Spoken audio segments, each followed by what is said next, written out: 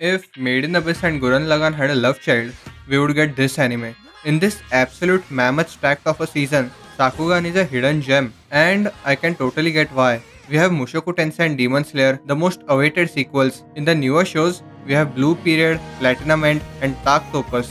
After watching these, most people say this is enough, or just end up watching some more amazing shows which make enough noise. And Sakugan lacks both of these pre existing hype and a vocal fan base. That is why it is overlooked, despite having banger of a first two episodes. We follow Memempu, who is a college graduate, a certified genius who looks after her house while also repairing and making these giant ass robots at the age of 9. What?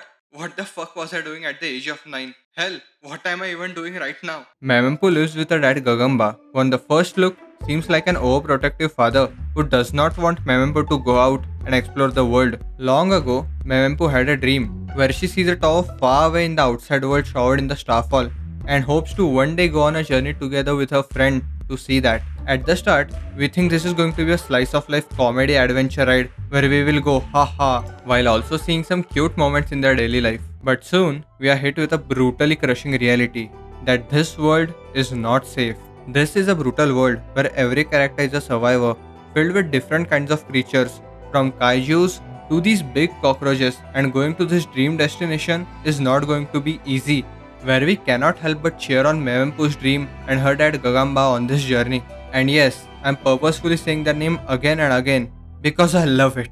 On this journey, we get to see one of the best relationships and character dynamic of this duo. Even though Gagamba would seem like a doting father and does not want his kid to just go and explore, we kind of get it why he would do that. This is a scary world, and even though she's a genius robotic expert and could easily stand alongside Mark Rober, but when it comes down to it, she's just a 9-year-old kid in her father's eyes. But at the same time, we see what drives Memempu. Why does she want to go explore this scary, wonderful world? Even though this could really be the death of her. Why is it so important to her? And she's one of the brattiest, yet the best wholesome character I have seen. She acts like a kid, never listens to her father, and causes a shitstorm when something is prohibited for her. But these are also one of the best moments of Sakugan. And there are also really touching moments when she works really hard to fix a robot, or when she sneakily listens to her drunk dad worrying about her, where she understands the gravity of the situation, but at the same time, she is naive to it. And I do not think any headpats you give are enough for her, just keep showering them on. Where not only the characters, but you are also intrigued by this outside world. Why are there kaijus and these humongous cockroaches like creatures? Why did only Memempu had a dream about this lighthouse? And how does this even exist?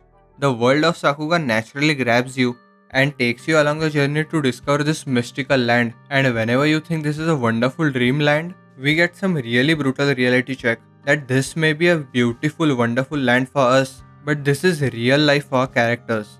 And I am really dreading that by the end of this show, I'm going to cry like a bitch.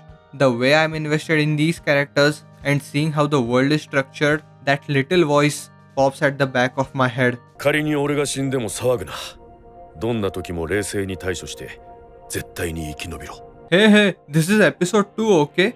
This is too soon. I cannot take this. This is too soon. Okay, now that I've praised the shit out of this show, I just cannot end there. Because there is just a tiny problem with it. Not a big one, just a tiny, whiny issue. There is a CGI kaiju and robots. Okay, calm down. Chill out. Actually, the CGI is not too bad. It is pretty decent, but not that decent to appreciate it always. You might have to roll your eyes at some of the CGI animation, but when it comes to 2D, it is really good. It has a unique style, pretty close to Trigger, but not full on eye smoke that Trigger stuff. But just a quarter way there, and I really liked it. Sakugan? More like Sakugan. If you like amazing character dynamics with an interesting world which is brutal yet rewarding, with huge ass kaijus versus robots, this might be it for you. I suggest watching the first 2 episodes. If you don't like it, drop it. But if you enjoy it, we are all in for a hell of a ride. Hey you there, yes you, don't leave. I just want to say thank you for watching my video, and if you liked it, consider sharing it around because that is the only way I can grow. If you don't want to, it is completely fine, but consider checking this video out. That's about it. See you in the next one.